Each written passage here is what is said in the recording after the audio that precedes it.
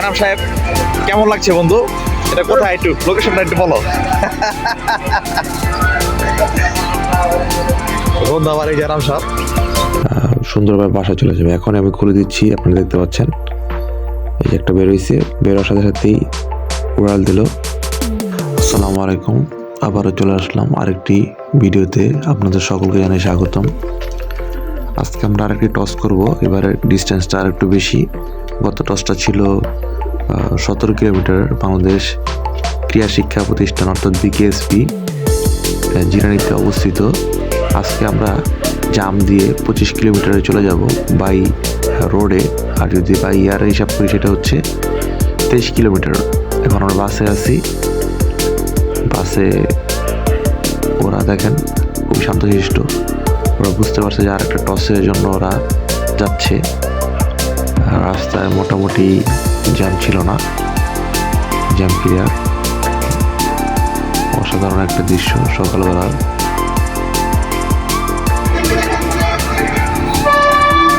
জয়নাম সাহেব, কেমন লাগছে বন্ধু? এটা কোথায়, একটু লোকেশনটা একটু বলো। বন্ধু আমার এই জয়নাম সাহেব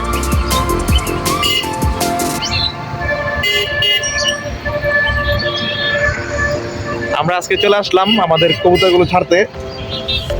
এই আমাদের স্পটটা হচ্ছে চন্দ্রা পার হয়ে টাঙ্গাইলের শুরুতে বলা যায় এরকম।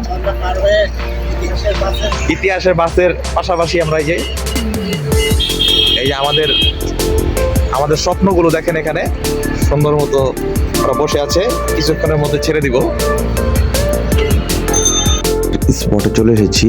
আমাদের স্পটটা হচ্ছে আপনারা জানান চন্দ্রা বাস স্ট্যান্ড থেকে একটু সামনের দিকে। চন্দ্রা যে বাস স্ট্যান্ড আছে সেটার থেকে 1 কিলোমিটার ভিতরের দিকে হবে, মানে সামনের দিকে, অর্থাৎ টাঙ্গাইল হাইওয়ের ঠিক পার্শ্ববর্তী একটা ফাঁকা জায়গার মধ্যে আমরা আছি এখন, যাতে কবুতরগুলো ছাড়তে সুবিধা হয়।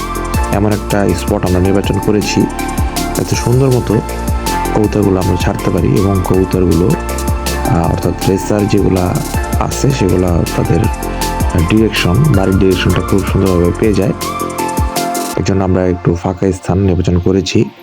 আপনারা যারা এই কবুতর ছাড়ান না কেন, একটু কোলাহল মুক্ত এবং মাঠ বা একটু বড় পরিসর জায়গা থেকে ছাড়ার চেষ্টা করবেন। লাস্ট যে টসটা ছিল আমাদের, সেই টসটাতে আমরা যখন বিকেএসপি থেকে ছেড়েছিলাম, ওখানে আপনারা জানেন যে রোড দুই পাশেই কোনো ফাঁকা মাঠ নেই বা অনেক ভিতরের দিকে যাওয়া লাগবে, যার কারণে আমরা যেতে পারিনি। বিকেএসপিতে কিছু রেস্ট্রিকশন থাকার কারণে আমরা বিকেএসপির ভিতরে ঢুকতে পারিনি। তো এই জন্য আমাদের একটু প্রবলেম হয়েছিল, বাট আমাদের সবগুলো কবুতরি বাসায় চলে আসছিল। কোনো আল্লাহর রহমতে কোনো সমস্যা হয় নাই। আজকে আমরা সুন্দর একটা জায়গা পেয়েছি। এই জায়গা থেকে আমরা আমাদের কবুতরগুলো রিলিজ করব।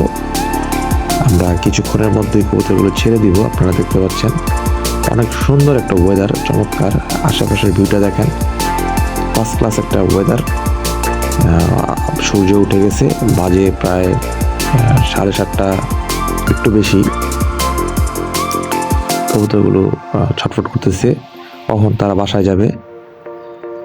এই জন্য আমিও আর দেরি করবো না, আমি খুলে দিব কবুতরগুলো।